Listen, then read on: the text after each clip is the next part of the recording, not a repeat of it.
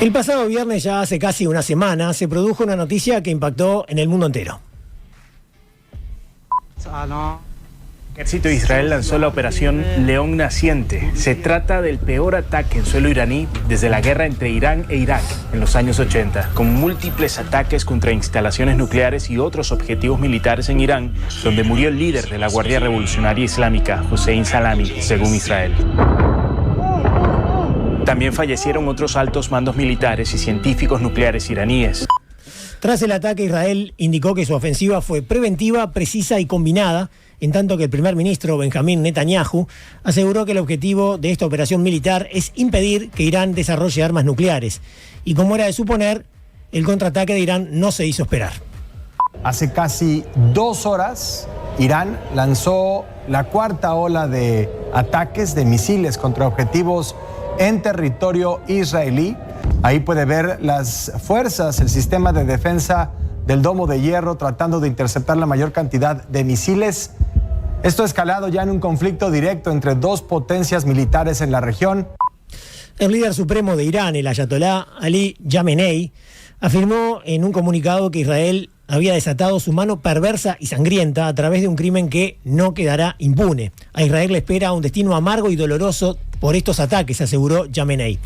Si bien la rivalidad entre Israel e Irán es ampliamente conocida e histórica, el ataque militar directo entre ambos países supone una noticia potente y un hecho muy significativo, incluso en una región en tensión permanente. Por su parte, luego de mostrar cierto malestar en las horas posteriores a los primeros bombardeos, el presidente de Estados Unidos, Donald Trump, ya actúa como una especie de vocero del gobierno de Israel.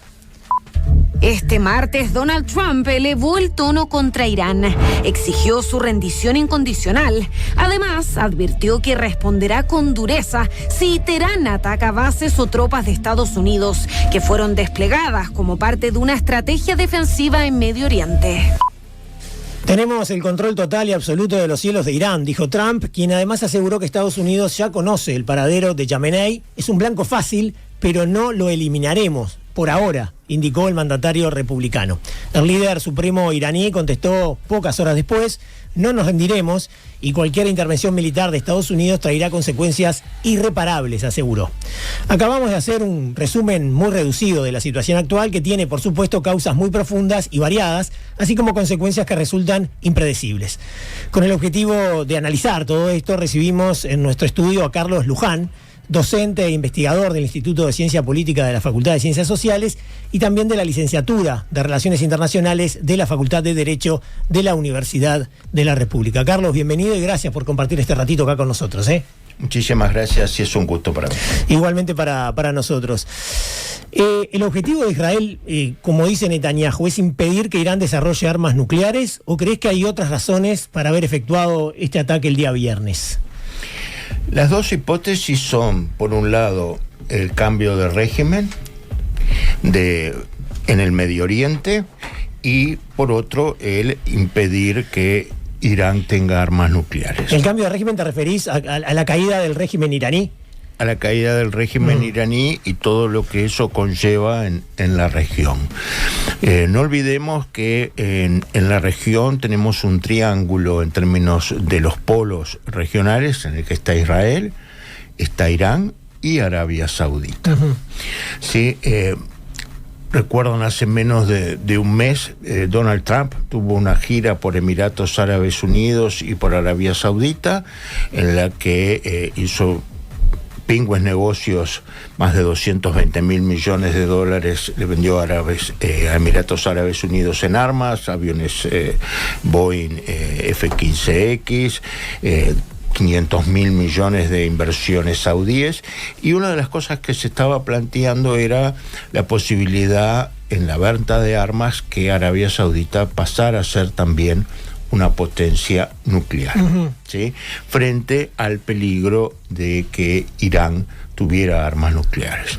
Entonces, eso cambia la ecuación, porque teníamos solo Israel como una potencia nuclear en la región. Podía ser que los árabes sunitas de Arabia Saudita también lo tuvieran, frente a un equilibrio de terror con el Irán chiita. Esto precipitó las acciones de Israel. Acá la gran duda es si Donald Trump avaló inicialmente esto. Yo tiendo a pensar que las conversaciones con Arabia Saudita y Emiratos Árabes Unidos iban en la dirección de dar estabilidad a la región, no necesariamente paz, y que esto lo lleva a una deriva de confrontación con Irán.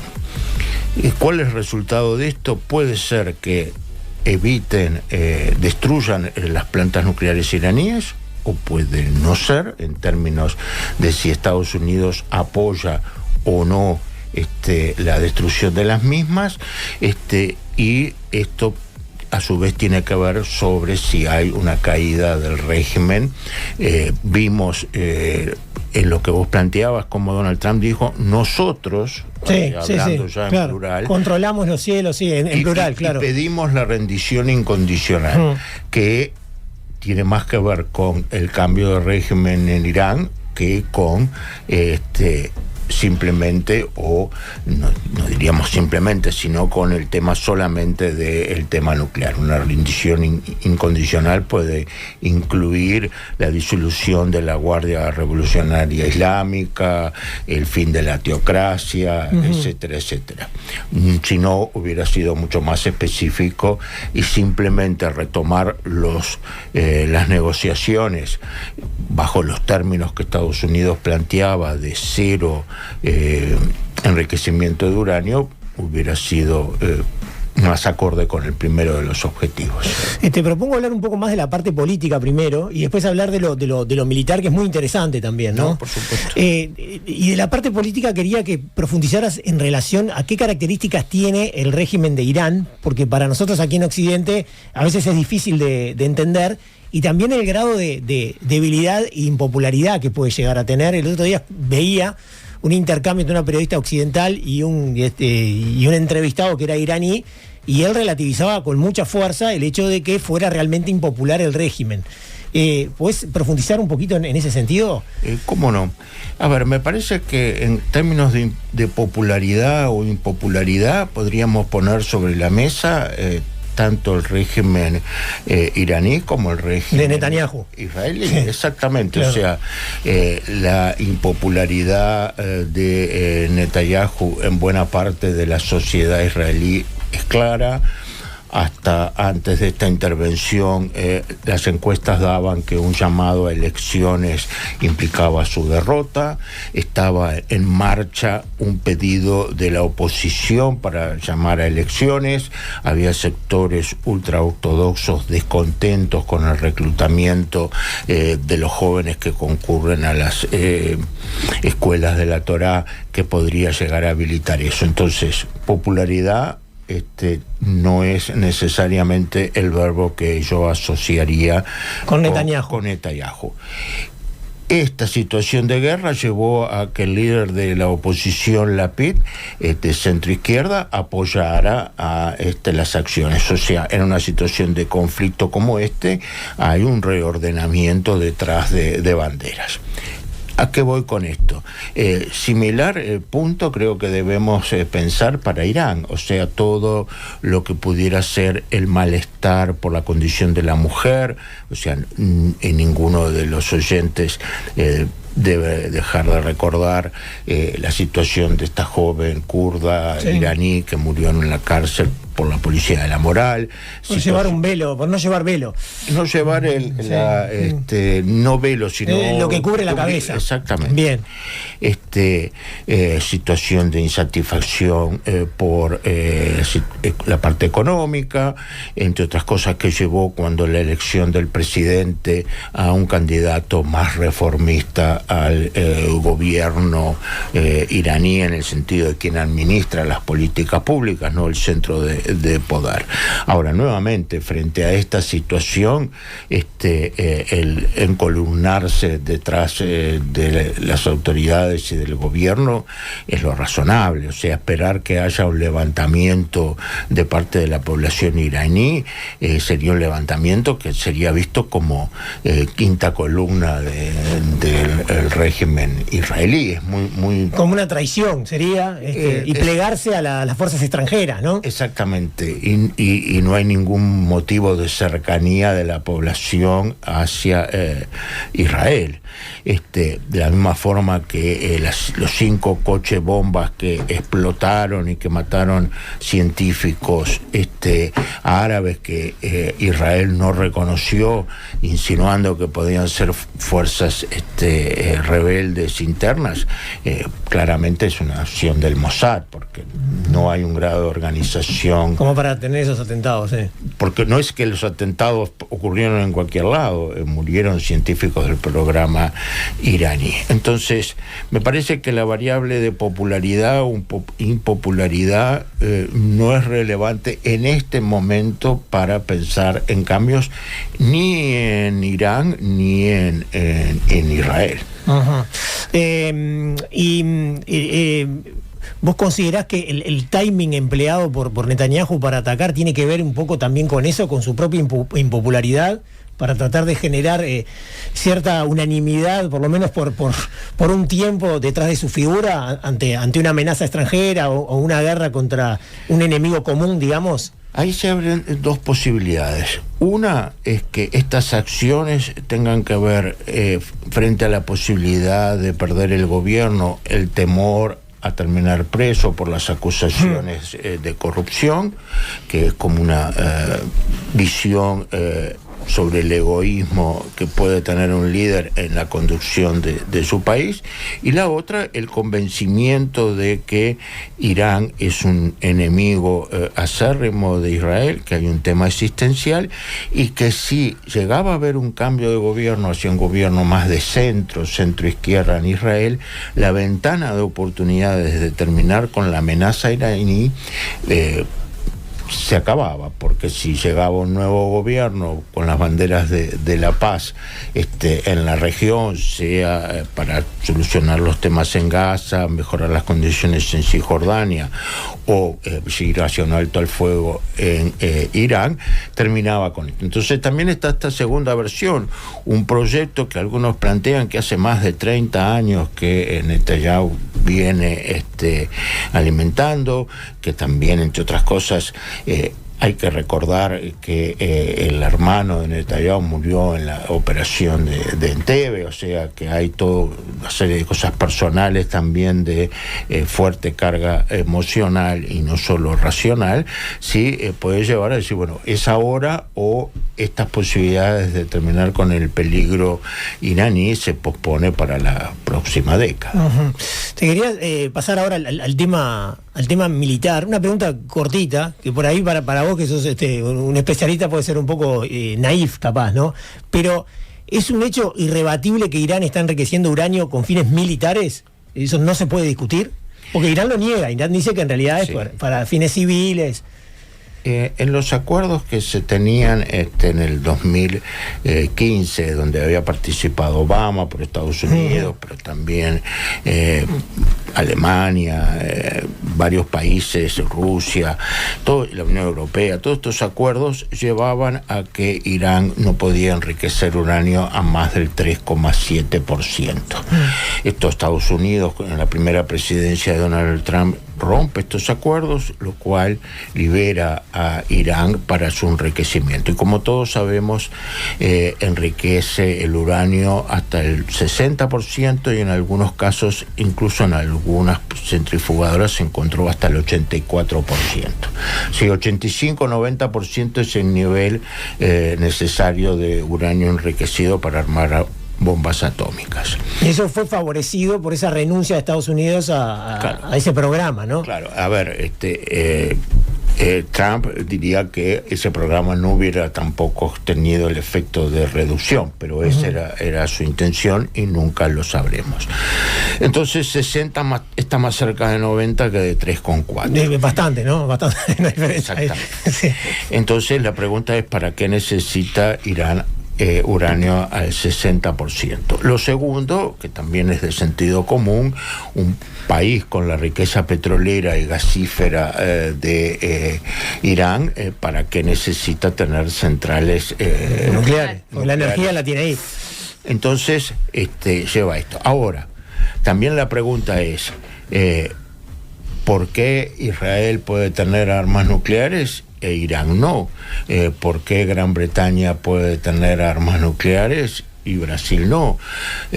Lamentablemente, los únicos países que dejaron de tener armas nucleares son Sudáfrica, luego de la caída del apartheid, creo que lo cual es una buena noticia, y Ucrania, lo cual no parece haber sido para Ucrania tan buena noticia cuando entregó en el 90 todas 3.000 ojivas nucleares a Rusia a partir de un acuerdo de protección. Corea del Norte plantea de alguna forma el desafío de que las armas nucleares es lo que han impedido la caída del régimen coreano del norte. Entonces hay un punto complicado, lo que decíamos hace un rato, ¿por qué Arabia Saudita podría legítimamente y nadie puso el grito en el cielo? Y Irán no. Empezar. Y ahí está un punto central, que el argumento israelí es que la posesión de armas nucleares de parte de Irán es una amenaza existencial porque Irán, si tiene las armas nucleares, las va a utilizar contra Israel. Todos los estudios dicen con el uranio que tiene Irán podría tener 8 o 9 armas nucleares. Los estudios plantean que 3, 4, 5 explosiones nucleares en Israel los devastan al país. Ahora, eso es atacar nuclearmente a un país que tiene 90, 100, 110 armas nucleares como es Israel, aparte con la capacidad aérea para colocarlas en cualquier punto de la región. Entonces la pregunta que uno también debería hacerse es, ¿el régimen iraní está dispuesto a inmolar 89 millones de iraníes con tal de destruir al régimen israelí? Y ahí me parece que hay que ser cuidadoso entre no extrapolar rápidamente lo que puede ser el martirilogio de una persona que se inmola voluntariamente a la inmolación de todo un pueblo. Claro. ¿Sí? Entonces, ¿por qué la disuasión nuclear que funciona para Estados Unidos, Rusia, que funciona para con Corea del Norte, que funciona para con China, para con Gran Bretaña, Francia, no funcionaría? Eso es lo que yo por lo menos no he encontrado una argumentación sólida de que el tenerla implica usarlas. Y eso puede tener algo que ver con el tema de cómo ve Occidente a Oriente y más que nada a Irán, en el sentido de decir, bueno, el Dios por arriba de todo y el si tengo que inmolarme me inmolo contra, no, nosotros somos Gran Bretaña y tenemos armas nucleares, pero somos más serios y la vamos a usar si tal cosa, pero en realidad no, nunca la vamos a usar. O sea, hay como una falta de seriedad en ese sentido. No sé si fui clara, capaz que no. Yo me entendí en mi cabeza, pero... Sí, pero ¿por qué ese Dios sugiere que el exterminio de otro pueblo implica la autodestrucción del pueblo propio, ¿no? No, claro. Sí. O sea, porque también entonces diríamos el Dios cristiano debería llevar a la misma situación a rusos ortodoxos o a estadounidenses o ingleses protestantes o franceses católicos. Sí, ¿no? sí, habría que ver quién fue el único, o sea, quién usó la bomba nuclear, ¿no? Claro. Y quién no la usó. Claro. O sea, ese antecedente también me parece que debería contar, ¿no? Claro, y ahora es el uso contra un país sin armas nucleares como era Japón. Claro. Por suerte, en la historia, la investigación en las armas nucleares del nazismo no llegó a concretarse, estuvieron muy cerca antes de ser derrotados, y ahí eso nos podría haber planteado un escenario ya diferente, ¿no?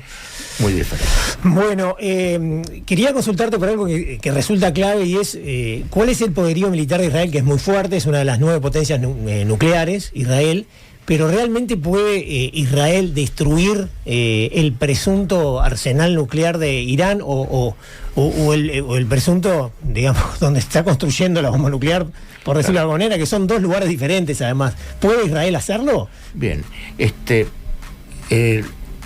no hay todavía la certeza de que hubiera armas nucleares. Yo tiendo a pensar de que no están. Lo que no quita de que eso no pueda cambiar en poco tiempo. Días o semanas. No. ¿Días o semanas? Sí, a ver, yo insisto, podemos creerlo o no, pero Netanyahu dijo Irán está a 7 días de tener un arma nuclear hace una semana. Ya la tiene, entonces. Ya la tiene. Podés decir que los ataques israelíes lo demoraron. Complicaron esto, puede ser, no lo sabemos, puede ser que la semana fuera una exageración, y que no estemos hablando ni de 1, ni de 2, ni de 3, pero estamos hablando, no estamos pensando en capaz que el año que viene esto puede ocurrir. El punto es, siendo lo concreto, las plantas nucleares de enriquecimiento, pero no solo eso, sino todo el paso posterior de armado de una bomba nuclear, que aparte debe ser una bomba nuclear que tenga un vector de proyección, o sea, que haya misiles. Claro. Porque tener una bomba nuclear para hacerla explotar en el propio Irán no sería lo más aconsejable, ¿no? No tiene gracia. Que es una situación distinta cuando uno piensa en un grupo terrorista, si puede llegar a armar una bomba nuclear en un país y hacerla explotar. Acá tiene que ser llevado. Entonces hay que reducir las concentrar el uranio. Tiene que llegar a ser posible, tienen los misiles como para transportar bombas. Eso es todo un proceso tecnológicamente muy complejo, que quizás pueda llevar un poco más de tiempo, pero también estamos hablando de situaciones del 2025, ¿sí? El punto es, Israel, al estar atacando, pero no tener la capacidad de tener bombas perforantes como para llegar a 110, 140 metros, como tiene Fordow,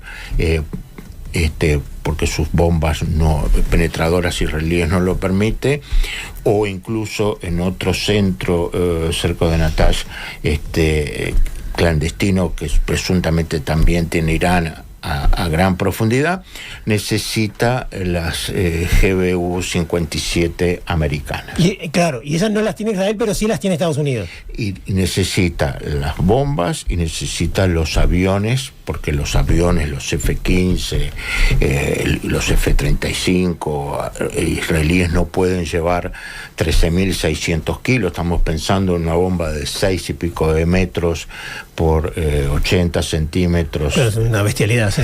Sí, básicamente las 2/3 partes acero ultra reforzado, porque son bombas que los B-2 las tiran de 15.600 metros y cinéticamente caen por la fuerza de la caída y penetran sin explotar 50, 60 metros y explotan allí. Claro. 50, 60 metros, tenemos que pensar en llegar a 110, 120 metros. Que es donde Irán está construyendo, digamos, supuestamente. Exactamente, en 2 lugares. Con lo cual debe haber otra bomba, y los B-2 pueden transportar hasta 2 bombas si tiene 6 en Diego García. Tiene que venir otro bombardero y con gran precisión ese hoyo que se armó. Invocarle al hoyo que ya generaste. Y que obviamente podemos invocarle total o parcialmente, claro, y tirar otra. Entonces, probablemente entre 3 y 5 para cada uno de estos. Necesitan 10 bombas, más o menos. Entre 6 y 10. Y yo quiero insistir que Estados Unidos tiene 30 de estas bombas. Hay que ver si está dispuesto a gastar un tercio en eso, Estados Unidos. Y la pregunta es, ¿y si se complica el escenario en el lejano oriente? Estas bombas, más bien, Estados Unidos seguramente las tiene pensadas para destruir los centros de mando y control chinos, no para usarlas inicialmente contra Irán. Entonces, que a su vez no sabemos si no están más profundos, más protegidos y mejor articulados. Y adicionalmente, estas operaciones, recordemos cuando Israel mata a Nasrallah, tira bombas de 2 toneladas y tira 82 bombas. Sí, o sea, claro, pero no tenía ningún problema en aéreo, en transportarlas, en tirarlas. O sea, estamos hablando de más de 40 bombas de las que tiene Israel cuando matan a Nasrallah. Estas bombas a las que estoy haciendo referencia, que salen unos $20 millones cada uno, nadie hizo la prueba no de tirar una, que por supuesto que sí, sino de tirar una y otra por el mismo orificio. 20 millones de dólares cada bomba. Impresionante. Bomba. Es como ante la arena 2 bombas. Sí, no, porque... y viste, con los cálculos de costo capaz que necesitamos 3 o 4 para hacer. Entonces no sabemos si, y ahí nos vamos al otro punto. Luego, mi gran preocupación es que luego que diste este paso y estás en guerra y tiraste las bombas, si fallaste, el paso siguiente... ¿A qué tenés que recurrir? Y tenés que recurrir a las bombas nucleares tácticas penetradoras, que solo tiene Estados Unidos. Yo tengo que chequear, pero creo que es la B-11-16, pero puedo estar equivocado con el número, y entonces ya pasamos a otra escala. A otro nivel. Ahora, mi pregunta es, si entran en esto y tienen éxito con las 2 instalaciones, con un gasto de bombas razonable, es una cosa. Y si alguna de las 2 sobrevive, porque aparte esta clandestina, se habla incluso que puede estar a mayor profundidad, con mayores protecciones, vamos a pasar a la fase de utilización de armas nucleares tácticas. Ahí sí, otra que una línea roja. Estamos cruzando una línea de sangre. Porque además, si no las destruyen, tenemos que esperar la respuesta de Irán. Sí, que la respuesta de Irán, ya cuando vea venir el avión con las bombas, esa gigante, ya está respondiendo. Ese avión que viene para acá, que está tirando, capaz que lo podemos bajar, ¿no? A lo cual yo te agrego la complejidad de si esos 400 kilos de uranio enriquecido siguen estando allí o están en otros lados. O sea, no lo sabemos, porque aparte todos quedamos muy asombrados por el funcionamiento inicial del Mossad. Esto fabricó drones en territorio iraní, hizo explotar con sus bombas, llevó misiles tierra a tierra para destruir un tercio de los lanzaderos. Ahora, yo me imagino que la situación en torno a estas bases hoy debe ser un hervidero de soldados. O sea, las Fuerzas Armadas iraníes tienen 600.000 soldados, no creo que haya 100 o 200. O sea, hoy la criba, una cosa es el golpe inicial y otra es la situación de criba en una situación que es de guerra. Entonces, incluso eso lleva a que a veces se maneja el escenario de una operación de fuerzas especiales. Eso podría haber sido evaluado antes del comienzo de este conflicto. Hoy pensar enviar 100, 200 al terreno, digamos. Al terreno, me parece que es enviarlos a la muerte. A la muerte en camiseta, sí. Pero bueno, nunca sabes que te pueden sorprender. Pero bueno, esos son los escenarios. Mi temor es que ninguno de estos pasos parecería que iba a ocurrir, pero ocurren, ¿no? De la misma forma, hasta ahora las instalaciones, las refinerías de petróleo iraní no han sido destruidas, lo que habla también de que el objetivo de destruir las plantas nucleares es prioritario e incluso la esperanza de lograr un cambio de régimen, que lo mejor es lograr que haya un cambio hacia un régimen pro-occidental con toda la riqueza, sino para qué tomar algo que después está destruido. Ahora, la guerra, digo, es como siempre ahora se ha puesto de moda esta idea de la neblina que decía Clausewitz de la guerra, está presente, la posibilidad también de que decidan destruir la economía iraní es una opción si esto no avanza. Sí, pero Irán también tiene la manera de defenderse ahí, ¿no? Bueno, y ahí vamos a lo que hoy aparece, todo el mundo parece que lo conoce casi como a punta del diablo, que es el estrecho de Hormuz, que todos hablamos y que... la Plaza Ramírez, exactamente. Sí. Todos estamos... quizás no sabíamos mucho de su existencia, pero todos estábamos pendientes. Entonces vos decís, con sus lanchas rápidas hace un minado marítimo que no es sencillo. O sea, algunos dicen, bueno, no, pero la flota norteamericana, sí, pero no es que van a poner barcos de guerra iraní a defender, a autocalizar. Pueden minar, pueden hacer explotar barcos petroleros, o sea, pueden cerrar que es un punto estratégico y tenés a todo nivel, digamos, ¿no? 25% del petróleo. Lo que pasa es que por ahí sale también el petróleo iraquí. Ahora, si le destruís su capacidad de producción, no necesita salida. Y si te pones un poquito maquiavélico, la dependencia de ese petróleo China, o sea, la que más sufriría con esto es China en un problema de abastecimiento, no Estados Unidos, que a partir del fracking logra autoabastecerse. Ahora, también Arabia Saudita, Emiratos Árabes, Bahrein, Kuwait, todas esas teocracias, esas monarquías absolutas pro-occidentales, sufrirían. El comercio mundial también, 20-30% de los contenedores pasan por allí.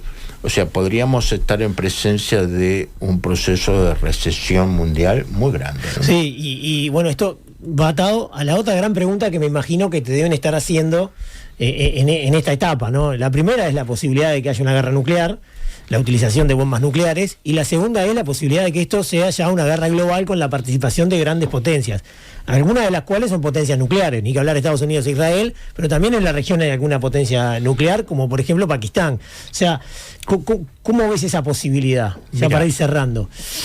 Mira, yo creo que puede regionalizarse el conflicto, puede llegar a mayores, no necesariamente tenemos por qué ingresar en un conflicto nuclear inmediatamente. ¿Qué quiero decir con esto?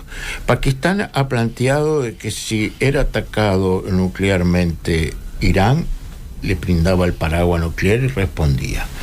Yo, como he planteado, no sé si Teherán vale Islamabad. O sea, no sé si por proteger a Teherán Pakistán va a poner a Islamabad en peligro. Porque puesto en eso, si el conflicto se desata y vos respondés con armas nucleares, la destrucción es mutuamente asegurada. Pero, como decíamos unos minutos, China es el gran afectado también en términos económicos si esto escala. Y la pregunta es, no armas nucleares, ¿qué pasa si hay apoyo militar como el que dio la OTAN a Ucrania, ¿no? Y empezamos a ver aviones, misiles pakistaníes. Sí, armas, municiones, ¿no? Claro. Hace poco tuvimos la situación de conflicto indo-pakistaní, donde vimos el muy buen funcionamiento de todo el sistema de defensa pakistaní, aviones, inteligencia satelital, misiles, todo chino. Entonces mi pregunta es, está la posibilidad que, al igual, insisto, que Europa y Estados Unidos apoyaron a Ucrania, en algún momento estos países apoyen a quien, según el derecho internacional, es el que está defendiéndose. O sea, acá tenemos una situación inversa. O sea, hoy, en términos del derecho internacional, Irán es similar a Ucrania. Esto sé que para muchos va a ser muy polémico, sí. Pero quien atacó bajo la lógica de un ataque preventivo, que habría que discutir si había un peligro inminente o era algo que podría llegar a pasar, pero el hecho es que quien atacó a Irán, después podemos justificarlo, legitimarlo, es otra cosa, es Israel. Por lo tanto, le asiste el derecho de la defensa a Irán. Y Irán puede pedir, a partir de los convenios que tiene con Rusia, con otros, puede pedir ayuda, no de tropas, pero simplemente empiezan. Irán tiene 3.000, se calcula que tiene unos 3.000 misiles, de los cuales probablemente 1.000 ya han sido usados. Ya los tiró, sí. Sí, ahora, ¿qué pasa si recibe 1.000, 2.000, 3.000, 5.000 misiles más? De China, por ejemplo. De Pakistán, que todos sabemos que después va a venir con una cajita a la que le borraron el Made in China, ¿no? O sea, estoy poniendo un escenario, no digo que vaya a ocurrir, pero alguien podría decir, es ilegítimo el apoyo, podés decir, es contrario a mis intereses y esto nos lleva a una escalada en la confrontación, pero un país que es atacado, otros pueden ayudarlo. Nadie dijo nada, insisto, con el apoyo, yo que sé, alemán a Ucrania, o polaco, o lo que fuera. Generaría, esto insisto, todo un debate de no es posible. Ahora, ¿y si eso ocurre? Más allá de que sea legítimo o no. Porque todo pasa porque uno tiene la sensación de que esta campaña de 14 días que planteó aérea Netanyahu va a transcurrir con el dominio de los cielos iraní y adicionalmente con la destrucción que ya llevan 1/3 de las lanzaderas de misiles, o de la capacidad de lanzamiento o agotamiento de los stocks. Pero eso parte de una base, y es que el stock de misiles iraní es el propio, que ya no tienen capacidad de hacer más misiles, que los drones no son efectivos, y sobre todo bajo la idea de que no van a llegar públicamente o vía contrabando o lo que fuera, armamentos de otros lados. Y el gran peligro, insisto, es la triangulación a través de Pakistán, que por supuesto, vos decís, tiene un enfrentamiento con India. Ahora, ¿qué va a hacer en esto? ¿Se va a aumentar la tensión para que India nuevamente presione a Pakistán para que Pakistán prefiera tener los misiles ellos?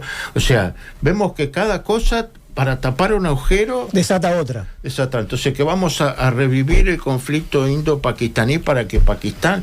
Y entonces tenemos ahí dos potencias nucleares. Sí, porque India también es una potencia nuclear, ¿no? Totalmente. En términos, con una gran asimetría entre los ejércitos indio y pakistaní, pero similitudes en su poderío nuclear, del nivel de ambos, de Israel, quizás un poquito menos, 80, 70 armas nucleares capaces de destruir la región. Entonces es un juego tan complejo, sí, donde no sabemos, no tenemos la más mínima idea de qué está pensando estratégicamente Xi Jinping. Porque hablamos mucho de Donald Trump. Sí. Vemos las declaraciones chinas, el llamado a la paz, todo eso. Muy Israel tiene que parar, dijo Xi Jinping, pero habla mucho menos, ¿no? Se expone bastante menos. Sí, a ver, yo creo que están mirando la baraja. Ahora, la caída del régimen iraní significa que hay un cambio en los equilibrios mundiales muy fuerte, porque es como diciendo, bueno, Siria, que era pro eje, cae y queda en una situación distinta. Pero bueno, Siria es un actor relevante, pero de segunda magnitud. Ahora, Irán, en un mundo multipolar asimétrico, donde vos tenés Estados Unidos y China en la cima, pero otras potencias, la India, Arabia Saudita, etcétera, la Unión Europea, Rusia, etcétera, etcétera, ¿sí? Estos equilibrios son muy inestables porque no es un mundo con dos polos donde, yo insisto, no es que se juntan China y Estados Unidos y deciden el futuro del... Como pasaba con el teléfono rojo en la Guerra Fría. A ver, el cambio de régimen sirio fue decidido en Ankara. ¿Sí? O sea, todo este proceso fue decidido por los turcos en su enfrentamiento con los kurdos, que a su vez tienen el apoyo de Estados Unidos, que es el principal socio de la OTAN, en la que está Turquía. ¿Sí? O sea, son carambolas complejas y le pegan a un régimen y tiran pro iraní y ponen a un presidente que viene de Al Qaeda. Entonces, no, o sea, no nos olvidemos de que Al-Qaeda, Bin Laden, que surge de la monarquía saudí. Sí. Y volvemos al principio. Uh-huh. Entonces, hay un equilibrio inestable. ¿Se va a romper ese equilibrio? No necesariamente. Esperemos que no. Esto nos afecta en términos económicos, pero también nos puede afectar en términos medioambientales, nos afecta como personas que creen en la solución pacífica de los conflictos. O sea, esto que parece un poquito lejano, en realidad debería ser una preocupación en nuestra agenda. Bueno, por eso creo que ustedes me llamaron hoy, tan importante como muchos temas que tenemos a nivel nacional, y quizás más que la mayoría a veces de pequeñas cosas que estamos discutiendo, que son a veces al lado de lo que uno ve pequeñeces en un mundo incierto, inestable, ¿sí? Que ha cambiado, que todavía no sabemos luego de este interregnio en el que estamos viviendo, cómo va a surgir.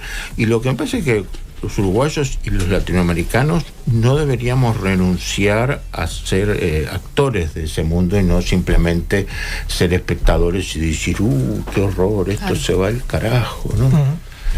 Pero bueno. Carlos, muchísimas gracias por haber venido, nos aclaraste pila y ojalá, seguramente, ojalá que no, pero seguramente tengamos que hablar nuevamente en alguna ocasión. No. Bueno, ojalá que sí, que lo llames, sí, y que te atienda, ¿no? No, y que... No, por favor. Exactamente. Que haya algo de lo que hablar. Que sea teléfono. Sí, o que me llamen para decir, bueno, cómo esto terminó solucionándose, cómo se desencaró. Como tantas veces que yo pensaba mientras los escuchaba, todas las veces que siendo chiquito, capaz que uno cuando es niño tiene como un poco más de miedo de que suceda la Tercera Guerra Mundial, y cuántas veces nos amenazaron con que empezaba, hasta que un día va a empezar. ¿Será esta? No sé, acá hay gente asustada. Por ejemplo, Gordillo me dice, por favor, tirá los videos ahora del show de talento porque se pudre todo. Claro, sí, hay gente que está asustada de verdad. Bueno. Yo lo veo a mis hijos, por lo menos no estén asustados, pero están un poco más pendientes. Porque claro, son las primeras que viven, ¿no? Después nosotros estamos más baqueteados. ¿Cuántas veces estuvimos a nada, ¿no? Yo recuerdo la primera fue después de las Torres. Ah, bueno, sí, también. Yo tenía 11 y me acuerdo que pensábamos que se terminaba el mundo. Ahí en la Santi, escuela, ¿no? Después había que preguntar. Yo ya trabajaba ahí. Vos ya trabajabas. Nosotros ahí, Santi, ya no pasa nada con eso. Tuve la suerte de tener 3 meses cuando la crisis de los misiles en el 62. Qué locura. No tomé. No, pero ahí sí, ahí se pudría todo, Era un botón, ¿no? Es, desde aquel momento hasta ahora, yo creo que ninguno en ese interreño vivimos una situación similar. Si esto es más grave que aquello, no importa, pero dentro de la escala hay que retrotraerse al 62 y la crisis de los misiles, por si tenemos una situación similar a esta. Yo creo que es un poco menos, pero que puede llegar a escalar ahí. Creo que no estamos en esa situación, pero durante todo este periodo no tuvimos nada parecido a aquello. Pero bueno, esto también nos tiene que llevar a ser un poquito más estoicos, a disfrutar el día a día, a pensar en el sentido de la vida y de lo que hacemos, y no dejar para dentro de 10 años lo que podemos hacer hoy, ¿no? Muchas gracias, Carlos. Y a todo esto ganó Progreso 2-0. Decimos, ganó Progreso, ya está. Suma de 3.